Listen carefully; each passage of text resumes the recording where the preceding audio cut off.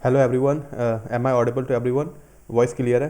Actually इस video को बनाने के पीछे दो रीजंस है। पहला तो ये है कि हम जो है CGL 19 के मेंस के क्वेश्चन कर रहे हैं और इसमें हमारा पहला वो है ज्योमेट्री एंड मेंसुरेशन। आज हम जो है 10 क्वेश्चंस करेंगे। और इसका पीछे दूसरा जो एक वो है, वो अभी एक्चुअली मेरे को कल से फीवर है काफ़ी। तो वैसे तो मैं वीडियो नहीं भी बनाता, बट कंसिस्टेंसी इस तक कि मैं बोलने से ज़्यादा बेटर है कि मैं आपको परफॉर्म करके दिखाऊं जिससे मोटिवेशन मिले आपको। तो मेरी कोशिश ये थी कि मैं डेस्पाइट फीवर मैं वीडियो बनाता हूं जिससे आप लोगों के अंदर भी पॉजिटिव एनर्जी आए थोड़ी सी, और आप भी जो है छोटे मोटे ऑब्स्टिकल्स हैं उससे जो है डिस्ट्रैक्ट ना हो और अपनी पढ़ाई जो है कंटिन्यू रखें। तो चलिए स्टार्ट करते हैं अपनी इस वीडियो को। और इस वीडियो में हम लोग जो है बेसिक हम लोग जो है काफ़ी कवर कर चुके हैं। CHSL 19 के सारे पेपर जो हमने काफ़ी बेसिक और स्लो स्पीड से किए थे। इस पेपर में मैं जो है कोशिश करूँगा कि जैसे मैं पेपर में अप्रोच करूँगा किसी क्वेश्चन को, उस अप्रोच से क्वेश्चन सॉल्व कर पाऊँ। पहले तो मैं थोड़ा सा जल्दी करने की कोशिश करूँगा क्वेश्चन को, और उसके बाद मैं आपको एक्सप्लेन भी कर दूंगा मैं, अगर कुछ ऐसा होगा लगेगा मुझे कि आपको समझ में नहीं आया होगा। ठीक है, तो वीडियो को लाइक शेयर सब्सक्राइब कर दीजिएगा अगर आपको लगता है तो आपकी हेल्प हो रही है। वीडियो स्टार्ट करते हैं। देखिए क्वेश्चन नंबर 1 है आपके सामने। क्या कह रहा है इस क्वेश्चन नंबर 1 में? इसमें कहा जा रहा है आपसे, जस्ट अ सेकंड में चेक कर लूँ। Okay, recording going fine. इस क्वेश्चन में क्या बोला जा रहा है? इसमें बोला जा रहा है कि ट्राइंगल है ABC और जिसमें जो आपकी साइड है एंगल A, मतलब एंगल A जो है वो 90 डिग्री है। तो मैं क्या करता हूँ, मैं जो है एक बना लेता हूँ ट्राइंगल, एक ट्राइंगल बना लेता हूँ। देखिए, और आपका ये क्या हो जाएगा? ये हो जाएगा आपका BA एंड C। ठीक है, ये BAC हो गया आपका, and this is 90 degree. AD is the angle bisector of angle A। तो AD क्या है? AD है आपका एंगल बाइसेक्टर। तो आपने एंगल बाइसेक्टर ड्रॉ किया, ये रहा आपका एंगल बाइसेक्टर, कोई दिक्कत नहीं है। ये आपका D हो गया। फिर क्या बोला जा रहा है आपसे? DE is perpendicular to AC। अब DE is perpendicular to AC, आपका DE क्या है? आपका DE हो जाएगा ये, जस्ट अ सेकेंड, आपका DE क्या हो जाएगा? आपका DE हो जाएगा ये, just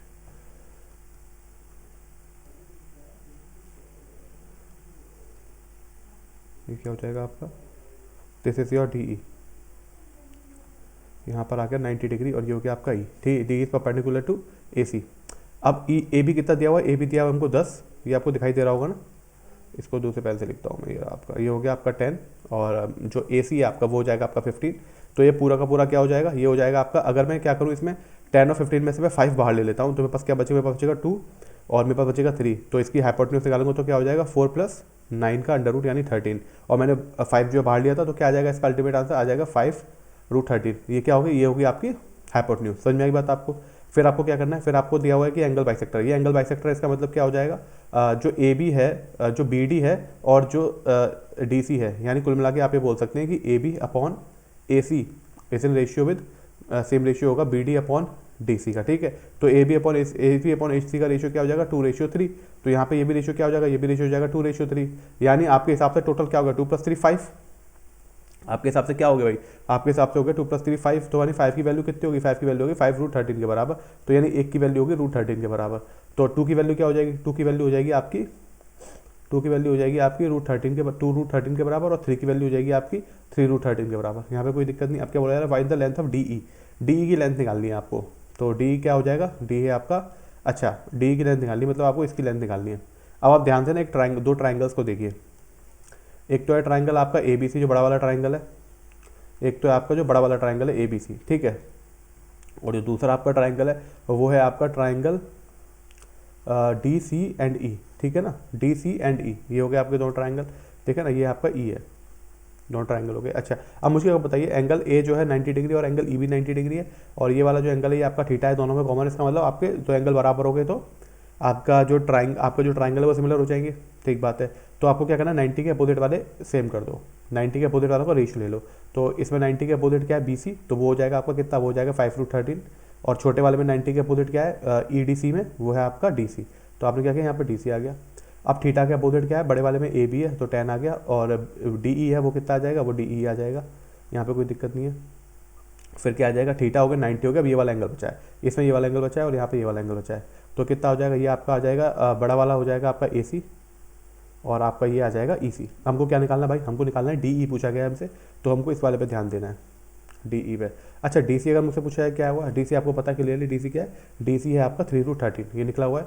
DC is equal to 3√13, तो आपने क्या लिया? 5√13 upon 3√13, it is equal to 10/DE। ठीक है, तो ये दोनों कैंसिल हो जाएंगे एक दूसरे से, आपका 5 2 जा 10 आ जाएगा। आपकी डी की वैल्यू हो जाएगी अल्टीमेटली 6 सेंटीमीटर। ठीक है, आपकी डी की वैल्यू क्या होगी, डी की वैल्यू होगी आपकी 6 सेंटीमीटर। ठीक है, समझ में आ गया आपको। नेक्स्ट क्वेश्चन देखते हैं, जस्ट अ सेकेंड।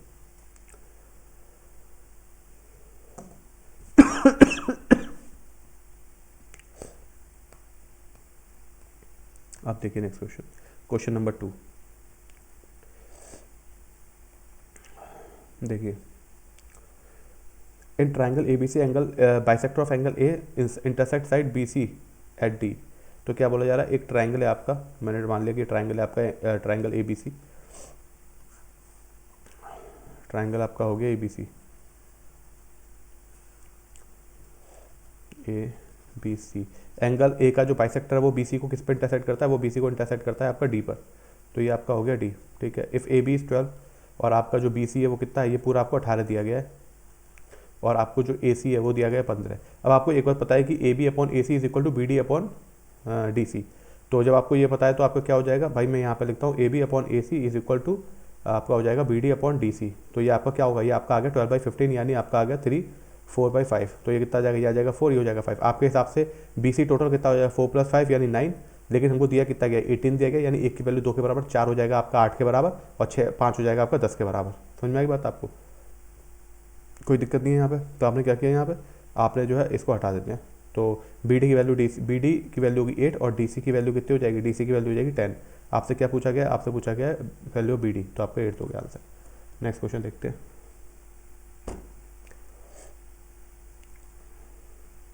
अब देखिए आप तीसरा क्वेश्चन, इसमें क्या बोला जा रहा है, इसमें बोला जा रहा है आपके एक सॉलिड सिलेंडर है। तो हम लोग क्या करते हैं, हम एक सॉलिड सिलेंडर ड्रॉ करते हैं। देखिए मान लीजिए ये आपका सॉलिड सिलेंडर हो गया। ठीक है, फिर क्या बोला जा रहा है हमसे, फिर बोला जा रहा है हमसे कि इसमें क्या किया गया, इसमें जो है आपके दो कोन जो है 2 identical conical holes each of radius 5। तो भाई इसकी रेडियस 5 है, इसकी रेडियस क्या है 5 है, और जो आपने कॉनिकल होल्स बनाए ना उनकी रेडियस भी क्या है भाई, उनकी रेडियस भी 5 है। तो यानी ये पूरा का पूरा ऐसा हो गया, जस्ट अ सेकंड, क्या हो जाएगा आपका, ये पूरा का पूरा एक होल हो गया और इसका कॉनिकल एंड बन गया ये। ठीक है, ये तो हो गया एक, और दूसरा क्या हो जाएगा, दूसरा हो जाएगा ये एक कोन हो गया और ये इसका कॉनिकल एंड हो गया, ये मतलब इसका बेस हो गया।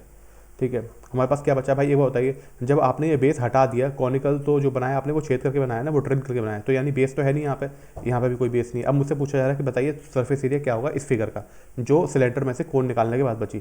तो भाई ये जो कर्व सरफेस एरिया है सिलेंडर का वो तो बचेगा, तो यानी 2πr/h ये तो बचा आपके पास। इसके अलावा क्या बचा आपके पास इसका कर्व सरफेस एरिया बचा, जो आपका कोन है उसका कर्व सरफेस एरिया। तो एक कोन का कर्व सरफेस एरिया πrl। यहाँ पे दो कोन बचे हैं, सेम कोन है, बिल्कुल आइडेंटिकल है, यहाँ पे लिखा हुआ है 2 आइडेंटिकल कॉनिकल होल्स।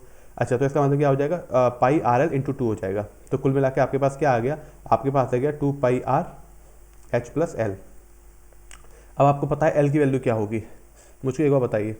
यहाँ पे बोला गया है आपकी जो रेडियस है कोनिकल होल की वो कितनी है 5 है ना, और उसकी जो हाइट है एक कोनिकल उसकी वो है 12। तो भाई ये L क्या हो जाएगा, पाइथागोरस थ्योरम से 13 हो गया। तो यानी L की वैल्यू क्या आ गई 13 L एक्सक्यूज मी, जो आपकी रेडियस कितनी है, रेडियस हो जाएगी आपकी 5, और हाइट कितनी आ जाएगी, हाइट कितनी टोटल उसकी सिलेंडर की हाइट आनी है यहाँ पे, क्योंकि कर्व सरफेस एरिया सिलेंडर का है, सिलेंडर की हाइट हो जाएगी 30 दी हुई क्वेश्चन में, प्लस L कितना है आपका 13। तो आपका क्या आ गया, आपका अल्टीमेटली आ गया 435, दैट इज ऑप्शन नंबर 1। ठीक है, ये हमारा आंसर हो गया। तो मेरी बात आपको, ये हो गया आपका क्वेश्चन नंबर 3। अब देखिए क्वेश्चन नंबर 4।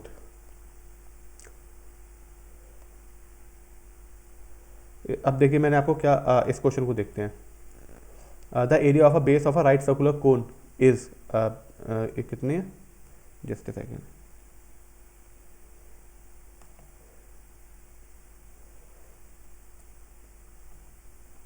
हटाता हूँ इसको। देखिए अब the area of a base of a right circular cone is 81 पाई। तो ये एरिया ऑफ द बेस है। अब आपको पता है कि एरिया ऑफ बेस क्या होता है, πr² होता है, और ये हमको 81 पाई दिया हुआ है। इसका मतलब हमारी r² की वैल्यू 81 होगी, और r की वैल्यू क्या हो जाएगी भाई, r की वैल्यू आप सीधा 9 लिखेंगे, ठीक है। तो आर की वैल्यू आपकी कितनी आ गई, आर की वैल्यू होगी 9। हाइट कितना दिया हुआ है, हाइट दिया हुआ है आपको 12। कर्व सरफेस एरिया पूछा है कोन का, कोन का कर्व सरफेस एरिया क्या होता है, कोन का कर्व सरफेस होता है पाई आर एल। अब एक बार बताइए मुझको, कोई ऐसा राइट एंगल ट्राइंगल है जिसमें रेडियस 9 है और आपका जो है जो हाइट है ये आपकी कितनी हो जाएगी, ये हो जाएगी आपकी 12। अब आपको नहीं भी याद, नहीं वैसे यहाँ पे 15 आता है, लेकिन आपको नहीं भी याद तो ये क्या लिखा हुआ है, ये लिखा हुआ है 3x4, ये लिखा हुआ है 3x3, तो यहाँ पे क्या आएगा, यहाँ पे आएगा 3x5, ठीक है कि नहीं। तो क्योंकि 3 4 5 एक ट्रिपलेट होता है ना, उन सबका 3 से मल्टीप्लाई हो रहा है, तो यहाँ पे 15 आ जाएगा, ऐसे कर सकते हो। तो क्या आ गया आपका पाई इंटू आर, रेडियस की वैल्यू आपने निकाली थी 9 है, एल की वैल्यू 15 होगी, तो आपके पास आ गया 135 पाई, 135 पाई, ये आपका आंसर आ गया। दैट इज ऑप्शन नंबर हमारा सेकंड हो जाएगा, ठीक है। ये हो गया क्वेश्चन नंबर 4 आपका। अब देखिए क्वेश्चन नंबर 5, और इस क्वेश्चन में क्या बोला जा रहा है, ये इन सेंटर जब भी दिया जाता है ना, इसमें आपको फिगर बनाने की जरूरत नहीं है, आपको समझ में आ रहा है ट्राइंगल पी क्यू आर है और ओ जो है इन सेंटर है, तो जो एंगल क्यू ओ आर, जो क्यू ओ आर पूछा जा रहा है ना आपसे, वो 90 प्लस जो एपेक्स एंगल होगा, और एपेक्स एंगल क्या है यहाँ पे, जो आपका पी क्यू पी हो जाएगा, तो आपका एंगल p/2, ठीक है। यहाँ पर क्या आ जाएगा 90 प्लस 42/2। एपेक्स एंगल कौन सा होगा भाई, एपेक्स एंगल वो होगा जो क्यू और आर के अलावा बचा होगा। भाई जब आप ऐसे करके ट्राइंगल बनाएंगे, क्यू है और आर है और ये हो गया, तो एक ट्राइंगल में क्यू और आर तो आपने इन्वॉल्व कर लिया पहले ही, बचा कौन सा एंगल, केवल पी एंगल बताया, तो इसका मतलब पी वाला एंगल ही सबसे ऊपर होगा, उसी का हाफ करके आपको ऐड करना है। तो आपने क्या किया 90 प्लस 21, तो कितना जाएगा, ये आ जाएगा 111, तो 111 डिग्री हो जाएगा आपका क्यू आर। तो इस तरीके से सोचना, जब भी आपको इस तरीके से बोला जाए सीधा क्वेश्चन, हर फिगर में, हर क्वेश्चन में फिगर नहीं बनानी, आपको क्यू आर बोला गया, यानी आपने देख लिया ट्राइंगल की क्यू और एंगल आर जो यूज़ कर लिए, बचा केवल एंगल पी, तो यानी वो एंगल पी ही होगा जो ऊपर होगा, और उसका ही 90 प्लस एंगल p/2 करना होगा मुझे, तो मेरा ये एंगल निकल आएगा। समझ में आई बात आपको। चलिए नेक्स्ट पे चलते हैं, ऐसे ही आप जो है टाइम अपना सेव कर पाएंगे। अब देखिए क्वेश्चन नंबर 6,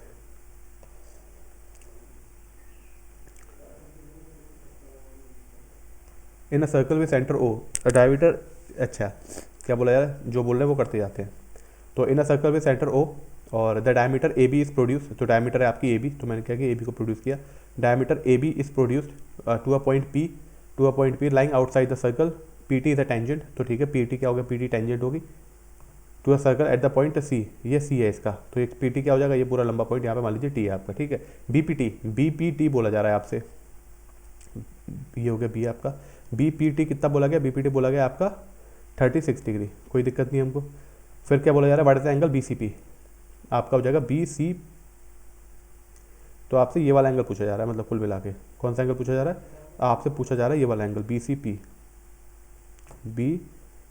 ये वाला एंगल। मान लीजिए मैंने थीटा है, अगर ये पूछा जा रहा है मुझसे, तो अब आपको पता है कि आपका टेंजेंट के साथ जो कॉर्ड बनाती है, अगर कॉर्ड के दोनों एंडों को एक्सटेंड कर दूं तो जो एंगल बनता है बराबर होता है अल्टरनेट सेगमेंट थ्योरम से, तो यहाँ पे मैंने थीटा हो गया मेरा।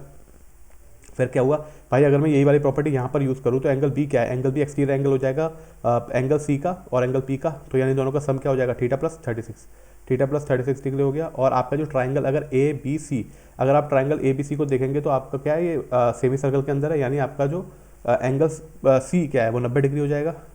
90, यानी अगर आपका एंगल सी 90 डिग्री हो गया और पूरे सारे एंगल्स का सम 180 डिग्री होता है, यानी बचे हुए एंगल ए और एंगल बी का सम भी 90 डिग्री हो जाएगा, ठीक बात है। तो एंगल ए और एंगल बी क्या है हमारा 2 थीटा प्लस 36, तो ये आपका क्या आ गया, ये आपका आ गया 54, और 2 थीटा की वैल्यू 54 आ गई, यानी थीटा की वैल्यू 27 डिग्री आ गई। तो हमारा आंसर क्या आ गया, हमारा आंसर आ गया ऑप्शन नंबर 4, ठीक बात है। ऐसे ही आपको थोड़ा फास्ट करना है। अब देखिए क्वेश्चन नंबर 7, इस क्वेश्चन में देखिए क्या बोला जा रहा है, जब भी इस तरीके का क्वेश्चन दिया है ना, तो जो क्वेश्चन में बोला जा रहा है ना उसी को फाइनल वो मान लो। मैंने मान लिया कि एक ट्राइंगल है, उसकी क्या है साइड्स, एक ट्राइंगल है जिसकी जो कि राइट एंगल है एंगल सी पर, है ना। तो मैंने क्या किया, मैंने ट्राइंगल माना, तो आपका क्या ये एंगल सी हो गया, ये 90 डिग्री बोला गया है, ठीक है।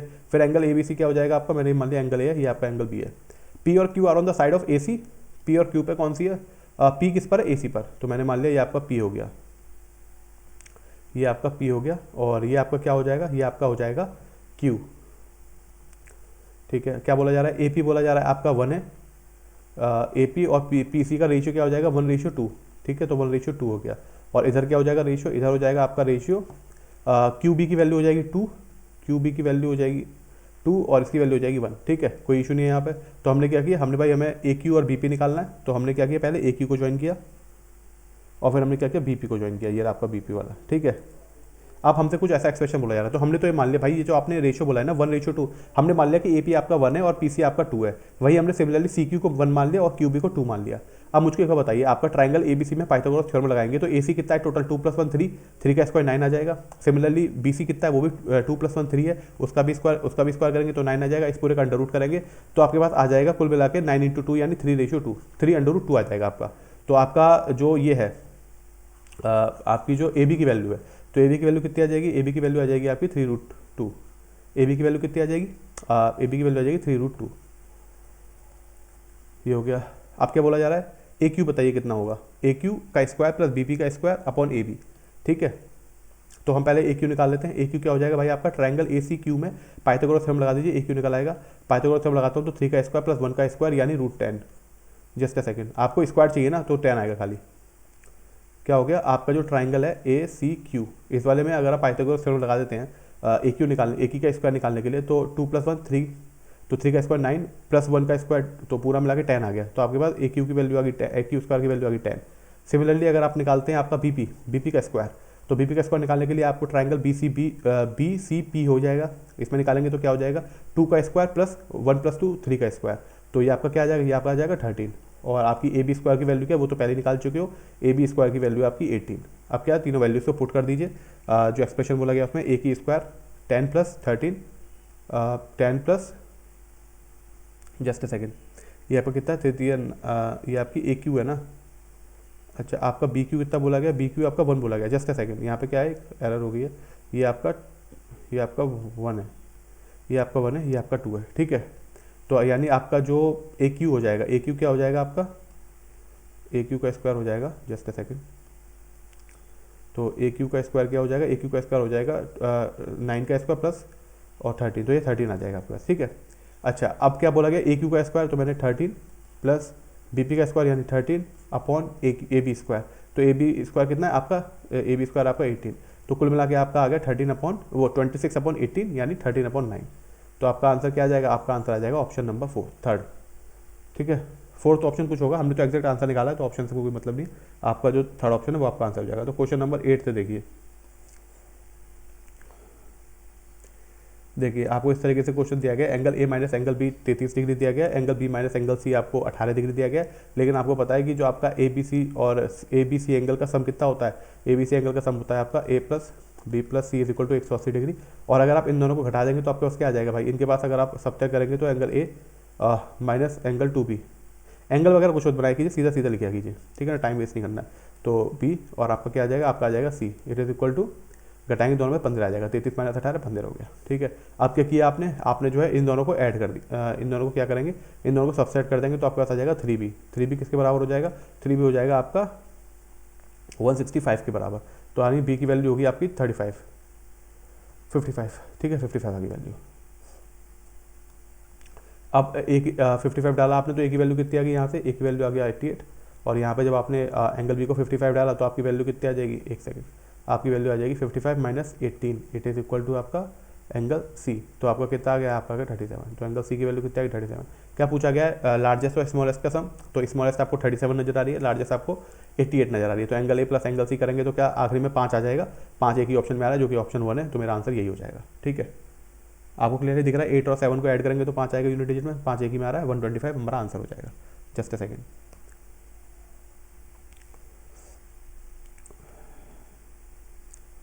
ये तो हो गया 8th क्वेश्चन था। ठीक है, तो आपका आंसर क्या आ गया, आपका आंसर आ गया एग्जैक्टली निकालना चाहो तो 37 plus 88 that is 125 degree, option number 1। चलिए नेक्स्ट क्वेश्चन देखते हैं, क्वेश्चन नंबर 9 देखिए, इसमें क्या बोला जा रहा है। देखिए सीधा सर इसमें रेशियो मेथड लगाते हैं। तो radius of the bus of a right circular cylinder increase होती है 20%। 20% का मतलब रेशियो में क्या होता है, 5 से 6 हो जाना, इंक्रीज हो रही है ना, तो पहले 5 थी तो बाद में 6 हो गई, तो 5:6 होगा। स्क्वायर के उसमें होती है तो 2 बार मल्टीप्लाई होगा। ठीक है ना भाई, वॉल्यूम के अगर सिलेंडर का वॉल्यूम लिखा जाए πr² h, तो रेडियस 2 बार आती है, तो इसका मतलब 2 बार मल्टीप्लाई होगा, 5:6 × 5:6। हाइट कितनी डिक्रीज हो रही है 30%, तो यानी अगर 10 थी तो कितनी होगी, 7 होगी, तीनों मल्टीप्लाई कर लिया, 2 3 6 और 2 5 10, तो 125 रेशियो 18 और 136 आ गया। कितने का अंतर आ रहा है? 11 बढ़ गया, 11 का इंक्रीमेंट आ रहा है, तो डिक्रीज वाले ऑप्शन हटा दिए, इंक्रीजमेंट होगा। और कितने पर होगा? 125 है भाई। 125 अपॉन 100 करोगे तो क्या होगा? 4/5 हो जाएगा भाई। 25 से काटोगे तो 25 हो जाए 100 और 25 5 125 काट दिया आपने, 44/5 आ गया। तो 8.8 आपका आंसर आ गया। कितना आ गया आपका? जस्ट अ सेकंड, इनकी डिग्री इन द वॉल्यूम। आपका क्या आ जाएगा? परसेंट इंक्रीज और डिक्रीज, तो 88% होना चाहिए ना। एक मिनट देखता हूँ। 5:6 हो जाएगा। The radius of isotope cylinder increase by 5:6 हो गया and the height is decrease by, तो 10:7 हो गया। मल्टीप्लाई करेंगे आपका तो 125 18 इंटू 7 करेंगे तो 7 8 56 126, सॉरी यहाँ 126 आएगा। यहाँ पे आ गया आपका 126। तो मतलब कितना हो गया? एक का इंक्रीमेंट हुआ कितने पर भाई? आपका इंक्रीमेंट हुआ एक का 125 पर, एक का इंक्रीमेंट हुआ 125 पर, तो यानी 100 से आपने मल्टीप्लाई किया, आपके पास आ गया 4/5। तो आपको कितना आ गया? 0.8। एक तो बढ़ाए तो इंक्रीमेंट आएगा, तो डिक्रीमेंट वाले तो पहले हटा दिए, और 4/5 आएगा तो आपका 0.8 हो जाता है, 0.8 इंक्रीज हो जाएगा। ठीक है, समझ में आई बात आपको? चलिए नेक्स्ट क्वेश्चन देखते हैं। 10वां क्वेश्चन देखिए। अब देखिए, in a circle with centre O B C is a chord. अच्छा ठीक है, मुझको एक बात बताइए, इस क्वेश्चन को एक्जैक्टली बताऊँ उससे पहले थोड़ी सी बात कर लेते हैं। अगर आपसे ये बोला जाता है कि जैसे ये एक सर्कल है, ठीक है, ये एक सर्कल है, अब इसमें माइनर आर्क और मेजर आर्क का जो कॉन्सेप्ट होता है उसको थोड़ा सा मैं आपको रिफाइन करना चाहता हूँ। जैसे ये आपका सेंटर है, अगर सेंटर पे एंगल बी और सी कोई सेंटर पर एंगल सब्टेंड करेंगे तो क्या हो जाएगा भाई? ये एक्यूट एंगल, मतलब ये एंगल हो जाएगा थीटा एंगल मान लीजिए, ठीक है। अब बी सी को मैं थोड़ा सा और बढ़ा देता हूँ इन द सेंस मैं यहाँ पे ले आया इसको, तो क्या आ गया आपका भाई? यहाँ पे आ गया बी सी, तो अब कितना हो गया एंगल? मान लीजिए आपका एंगल होगा θ2, ठीक बात है। अच्छा मुझे एक बताइए, ये वाली जो बी सी है ये तो आपका माइनर आर्क है, ये जो बची हुई है ये आपका मेजर आर्क है, यहाँ पे कोई दिक्कत नहीं है आपको। अब मैंने क्या किया? मैंने इसको थोड़ा सा और एक्सटेंड किया, और मैंने इस तरीके से एक्सटेंड किया कि ये ऐसे करके सीधी सीधी होगी बिल्कुल, यानी बी और सी डायमीटर बन गई एक तरीके से। अब मुझे एक बताइए, ये जो आपका नीचे वाला जो आर्क वाला जो पोर्शन है, ठीक है कि नहीं, ये जो मैं थोड़ा सा ऑरेंज कलर से शो कर रहा हूँ, एक कौन सा कलर है? एक क्रीमी कलर जो है, और इसके बाद जो येलो वाला पोर्शन है वो मैं ऊपर शो कर रहा हूँ आपको। तो बी सी का जो दोनों हिस्से हैं, तो दोनों आर्क है, जो नीचे वाला ऊपर वाला दोनों बराबर है भाई, ठीक है ना, क्योंकि दोनों को सेमी सर्कल में डिवाइड कर रहा है। अच्छा इसके बाद तो यहाँ पे कितना बनना है? यहाँ पे 180 डिग्री बनना है, यहाँ पे मतलब सेंटर पे 180 डिग्री बनानी है दोनों आर्क। अब मुझको बताइए, अगर मैं इसको थोड़ा सा और एक्सटेंड करता हूँ बीसी को, तो अब क्या होगा? तो अब जो है जो मेजर आर्क होगी, जो मेजर आर्क होगी वो एंगल बनाएगी 180 से ज़्यादा, और जो माइनर आर्क होगी वो बनाएगी एंगल 180 से कम। समझ में आई बात आपको? तो क्या चीज़ आपको कंक्लूड करके रखनी है यहाँ से? आपको इस बात का ध्यान रखना है कि जो भी मेजर आर्क होती है वो हमेशा 180 डिग्री से ज़्यादा एंगल बनाती है, और जो आपकी माइनर आर्क होती है वो हमेशा 180 डिग्री से कम एंगल बनाती है। इतनी बात आपको समझ में आ गई? अब इस क्वेश्चन पर चलते हैं। In a circle with centre O, क्या है? सर्कल है विद सेंटर ओ है। जस्ट अ सेकंड, ये आपका एक सर्कल है, ठीक है, with centre O, B C is a chord. B C क्या होगी? आपकी कॉर्ड होगी। फिर क्या बोला जा रहा है? If D A is on the circle on opposite side of B C such that D B C, तो मतलब मान लीजिए आपका जो डी बी सी एंगल है वो ये हो गया डी बी सी, तो आपका क्या हो जाएगा? ये आपका हो जाएगा ए डी। अच्छा क्या बोला जा रहा है? आपको बोला जा रहा है कि ये वाला जो एंगल है ये कितना बोल दिया? ये बोल दिया इन्होंने भाई साहब ने, आपका ये एंगल होगा 28 डिग्री, 28 डिग्री हो गया आपका answer. Now B D is equal to B C, क्या हो गया भाई आपका? जो B D is equal to D C, तो बी डी और डी सी ये दोनों आपस में बराबर है, यानी B D is equal to D C, ये हो गया आपका। तो ये भी क्या हो जाएगा भाई? ये दोनों एंगल 28 डिग्री हो जाएंगे आपके, है ना। तो ये वाला एंगल क्या आ जाएगा? ये वाला एंगल आपको बस ध्यान से निकालेंगे 56, 180 में से 56 घटाएंगे तो 112 आ जाएगा। कितना आ जाएगा आपका? एक सेकेंड, 56 180 में से तो 124 आ गया आपका, ठीक है। तो ये आपका आ जाएगा 124, मैं यहाँ लिख लेता हूँ, ये आपको विजिबल होगा, ये आपका आ जाएगा 124। अच्छा अब मैं क्या करता हूँ, मैं ये जो मैंने वैल्यूज लिखी है ना इनको थोड़ा सा हटा देता हूँ क्योंकि थोड़ा सा क्लिमजी हो रहा है, इसको मैं यहाँ से सारे को हटाता हूँ। मैंने क्या किया? मैंने एंगल निकाल लिया आपका कि ये जो आपका एंगल है ये आपका एंगल है 124। अब मुझको एक और बताइए, ये जो कन्फ्यूजन था ना वो इसीलिए मैंने बताई थी आपको वो वाली बात कि ये आपका 124 हो गया। अब ये जो बी सी कॉर्ड, ये जो बी सी आर्क है, अब मुझको ये समझ में नहीं आ रहा भाई कि ये जो एंगल बनाया है आपने 124 वो इस वाली इसका है, मेजर आर्क का है, ठीक है कि नहीं, या फिर वो जो है इस माइनर आर्क का है जो इसके साथ लगी हुई है बी सी नीचे वाली। ये कैसे पता चलेगा? क्योंकि हमको तो सेंटर के बारे में पता है, तो हमने क्या करा? सेंटर बना लो भाई। तो हमने कहा बी सी से सेंटर बना लो, हमने क्या यहाँ पे सेंटर बना लिया, इस जगह पे हमने सेंटर पर बना लिया। तो ये हो गया आपका एंगल बी ओ एंड सी, ठीक है। तो आपने जो बना लिया सेंटर पर एंगल BOC, ये कितना हो जाएगा भाई 124 का डबल यानी 248। अच्छा मैंने क्या बात बोली थी, मैंने बोली थी आपसे कि माइनर आर्क जो होती है वो हमेशा लेस देन 180 बनाती है और जो मेजर आर्क होती है वो हमेशा ग्रेटर देन 180 बनाती है। लेकिन भाई यहाँ पे तो 180 से काफ़ी ज़्यादा आ रहा है, इसका मतलब ये मेजर आर्क का एंगल है, यानी ये 248 नहीं है मेरे भाई, जो 248 है वो ये है। समझ में आई बात मेरी आपको? 248 क्या है, 248 ये बाहर वाला एंगल है, यानी 248 हो जाएगा येलो वाला एंगल है, येलो वाली आर्क का। समझ में आई बात आपको? ये जो येलो वाली आर्क है पूरी की पूरी मेजर आर्क, इसका एंगल हो जाएगा 248। लेकिन आपको कौन सा निकालना है भाई? आपको तो निकालना है अंदर वाला, आपको निकालना है ये वाला एंगल, ठीक है कि नहीं? तो कैसे निकलेगा? इसको आप करेंगे 360 से 248 को घटाएंगे, 360 से 248 को घटाएंगे, कितना आ जाएगा भाई साहब? यह आ जाएगा 112 के बराबर। तो यानी आपका आंसर क्या हो जाएगा? आपका आंसर आ जाएगा option number 3। Major arc minor arc के कॉन्सेप्ट में बहुत ज़्यादा कन्फ्यूजन होता है, इसी की वजह से मैंने इसको थोड़ा सा टाइम लेके इसको एक्सप्लेन किया। आपको जो है समझ में आया होगा। तो अब क्या करते हैं, नेक्स्ट वीडियो में बाकी के क्वेश्चंस करेंगे और इस सारे वीडियोस को कंपाइल करके फिर ज्योमेट्री एंड मेंसुरेशन के CGL 19 के मेंस के सारे क्वेश्चनों को एक वीडियो में कर दूंगा कंपाइल, और PDF इसकी जो है पड़ी हुई है टेलीग्राम पे, आप उसको जो है सॉल्व कर लीजिए। कोई इशू आता है चाहे तो पूरी वीडियो देख लीजिए, वरना आप जो है PDF से भी लगा सकते हैं और जो क्वेश्चन अटके उसको सॉल्व कर लीजिए। So thank you, keep watching, keep supporting.